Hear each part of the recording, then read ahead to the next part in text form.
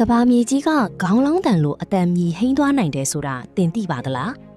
တနေ့တုန်းကအဲ့ဒီလိုတကယ်ဖြစ်ခဲ့ပါတယ်မြမမြင်ကလေးလှုပ်ခတ်တုံးမှာပေါ့အရက်အခေါ်တော်လဲတန်မှာ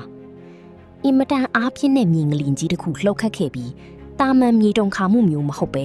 ကဘာမြေထူးချက်တစ်ခုလုံးကိုထိခိုက်စေတဲ့အင်အားကြီးစွမ်းအားရိုက်ခတ်မှုတစ်ခုဖြစ်ခဲ့ပါတယ်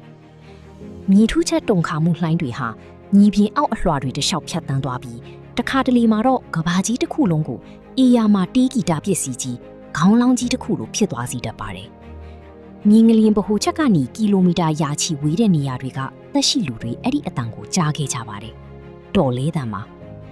နှက်ဆိုင်ပြီးခြောက်ချားွယ်ကောင်းတဲ့ခေါင်းလောင်းတန်ကြီးတစ်ခုလိုအတန်နဲ့ကြီးဟာဘယ်နေရာကမှမသိတဲ့နေရာကနေထွက်ပေါ်လာတယ်လို့ကိုခံစားကြရပါတယ်။မှန်ပါတယ်။ရက်အခေါ်တော်လေးတန်မှာ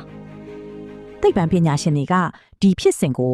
earthquake ringing လို့ခေါ်ကြပါတယ်။ဒါဟာမြင်းငလျင်လှိုင်းတွေကဘာမြေဖွဲ့စည်းပုံနဲ့တိတိကျကျအချိန်စီးချက်ကိုက်ညီသွားတဲ့အခါမှသာဖြစ်ပေါ်တဲ့ရှားပါး resonance ဖြစ်စဉ်တစ်ခုပါ။တမိုင်းတစ်လျှောက်မှာတော့အလွန်ကြီးမားတဲ့မြင်းငလျင်အနှဲငယ်သာဒီလိုကဘာလုံးဆိုင်ရာအတန်တုံခါမှုအတန်နဲ့ကြီးကိုဖြစ်စေဖို့လုံလောက်တဲ့အင်အားရှိခဲ့ပါတယ်။အဲ့ဒီတုံခါမှုရဲ့ frequency ချိန်နှုန်းဟာအင်မတန်နှိမ့်နာကြောင့်သင်နားနဲ့ကြားနေရတာထက်ကိုခန္ဓာကတိတိတသာပိုခံစားရပါတယ်။အယူတဲ့ထိတုံခါသလိုမျိုးခံစားရစေတဲ့လှိုင်းတစ်မျိုးပါ။ဒါဟာကျွန်တော်တို့ခြေဖွားအောက်ညီအောက်မှာဖုံးကွယ်နေတဲ့တဘာဝတရားကြီးရဲ့ကြမ်းတမ်းတဲ့အင်အားကိုသတိပေးနေတဲ့အချက်လက်တစ်ခုလည်းဖြစ်ပါတယ်။ကြောက်သားတွေနဲ့အတန်လှိုင်းတွေပေါင်းစပ်ပြီးကဘာမြေကြီးကိုယ်တိုင်ဖန်တီးသွားတဲ့တဘာဝတေးတန်စင်ကြီးတစ်ခုလိုပါပဲ။နောက်တစ်ခါမြေကြီးလှုပ်လာတဲ့အခါညီငလျင်လှုပ်တဲ့အခါတိချနားထောင်ကြည့်ပါ။တင်ကဘာမြေကြီးရဲ့ခေါင်းလောင်းထိုးတန်ကိုကြားရနိုင်ပါတယ်။